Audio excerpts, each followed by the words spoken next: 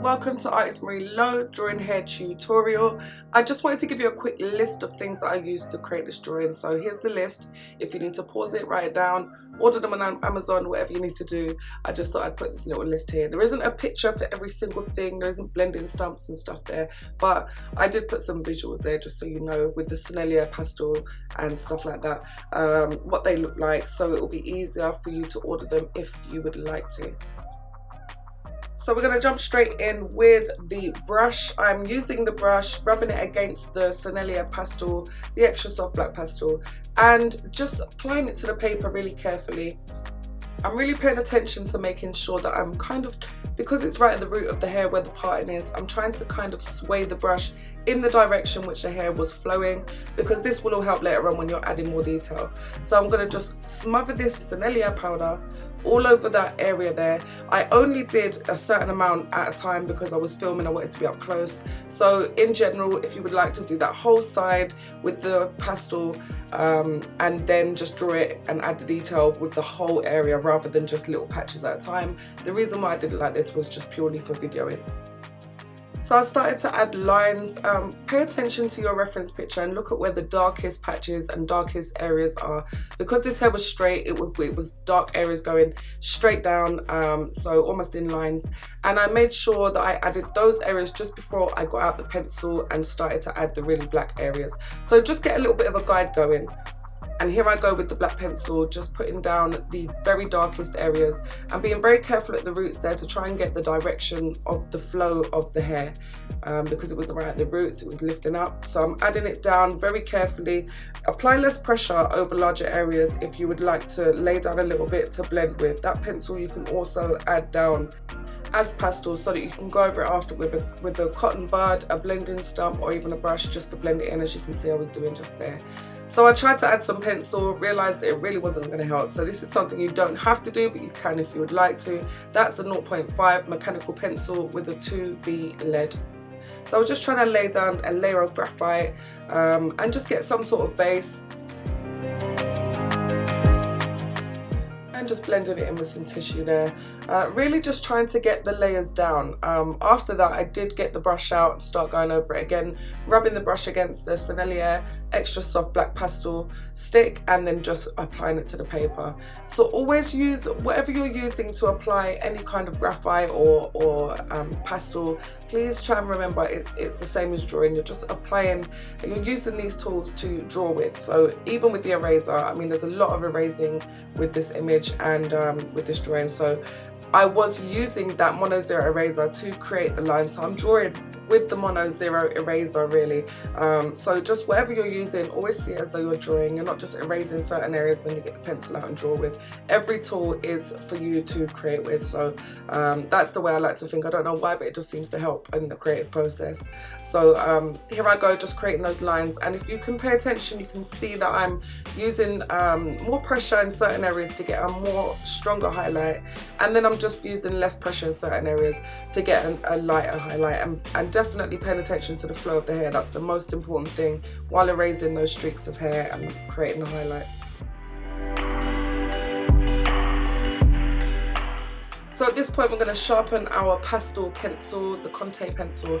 We're going to sharpen it and try to create those darkest areas once again. Now while creating this drawing of straight hair, I really did go over and over. I tell you guys all the time about layers, so you know that I'm all about layers and layering, but I really did just go over it and over it, creating those darkest areas, and then highlight it again with the eraser, and then sharpen some of the highlights by going around it with the black pencil, and just repeat. Really blend some areas because some areas are not going to be as sharp as you've drawn them. So it's really just finding your way, you know, playing around and trying to figure out how to get it to look as realistic as possible. And I always say I know when to stop. I know when I've done enough. I know when it looks enough like the picture. So I really regretted drawing this with pastel, if I'm honest, but the reason why I did was because I'd already drawn the eyes with pastel, and if I had have drawn it with polychromos pencil afterwards, it would have created too much shine. So we're going to move on to the next section. As I told you, I was doing it in sections. So this time around I tried to apply the Sennelier pastel with the cotton bud. So I just basically rubbed the cotton bud against it, and then obviously started to lay some down on the paper because I was just getting a little bit more confident as I worked my way down the paper. So it was just about getting those darkest areas in quicker than I'd had before. And as I say, while you're drawing, you learn. While I'm drawing, I always find a better way to do it. Like with hair, I usually start with the left side because I'm right-handed, so I don't want to smudge the right side. So I start with the left side, and then after I've started with the left side, I find that by the time I get to the right side, it's a much quicker process because I've kind of done it enough. It's like a practice run on the left side, so you kind of figure out which technique you're going to use, which one works best with what you're trying to create. So you can see here that I'm adding the black pencil streaks, and then I'm just going over it with the brush to blend it in, and then I'm using the eraser to draw the hair highlights, and just going over the same process over and over again. It was the best way to do it with these pencils and with pastel. If I had have used black colour pencil, it would have been a whole different process.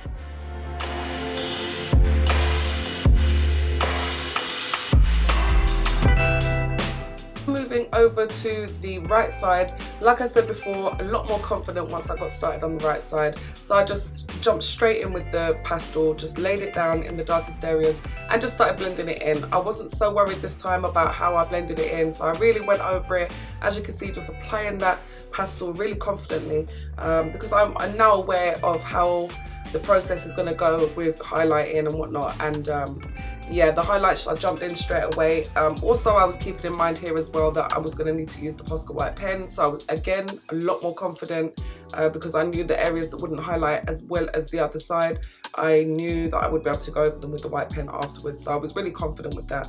So jumping in with the black pencil, the same process all over again, just paying attention to the darkest areas. That's the first thing that I was concentrating on, was to make sure I laid down the shadowed darkest areas and then start creating the highlights in between. Now with this portrait, I found that there was a lot of because our hair was kind of straight, it was going in different directions, but it's straight, kind of thin hair.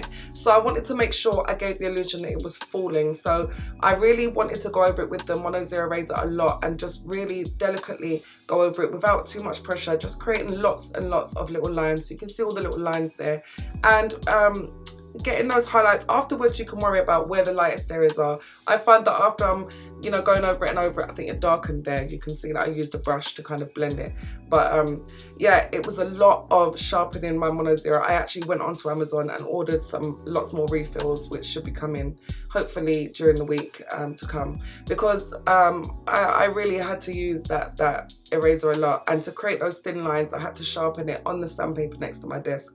So it was a lot of sharpening and a lot of use of, I mean, I only went through one refill, so and that was on the whole portrait, so you won't go through too many, but just keeping that sharp point so you can get all those faint lines. And you can see I've got some lines going across which would like the flyaway hairs.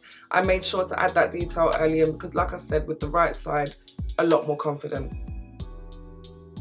So we're coming close to the end now. I'm just going to show you the bottom half, how I just threw down the Sennelier pastel and really confidently just put down the brush and use the cotton bud to rub it in and just not worry about those streaks, knowing that when I create all those lines, that really won't make much of a difference. It did get a little bit messy, but not as messy as I thought it would in the first place, so I was happy about that. I just want to remind you guys, don't forget to subscribe if you're not subscribed already, that way you'll be notified whenever I upload a video. And also let me know what you would like to see, and if I can, I will recreate the videos for you.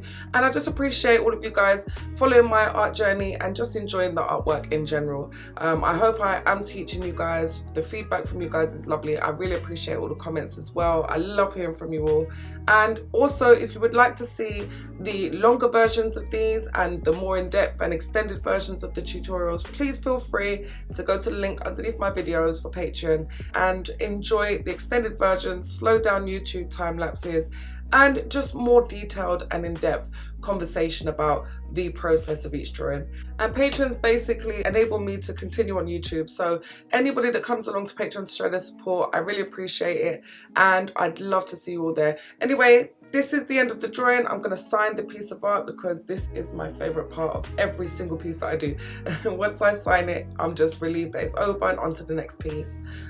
Thank you all for watching. I hope you found this video useful. If you've got to the end, please do type re in the comment section. and let me know what you think. Here's the final result.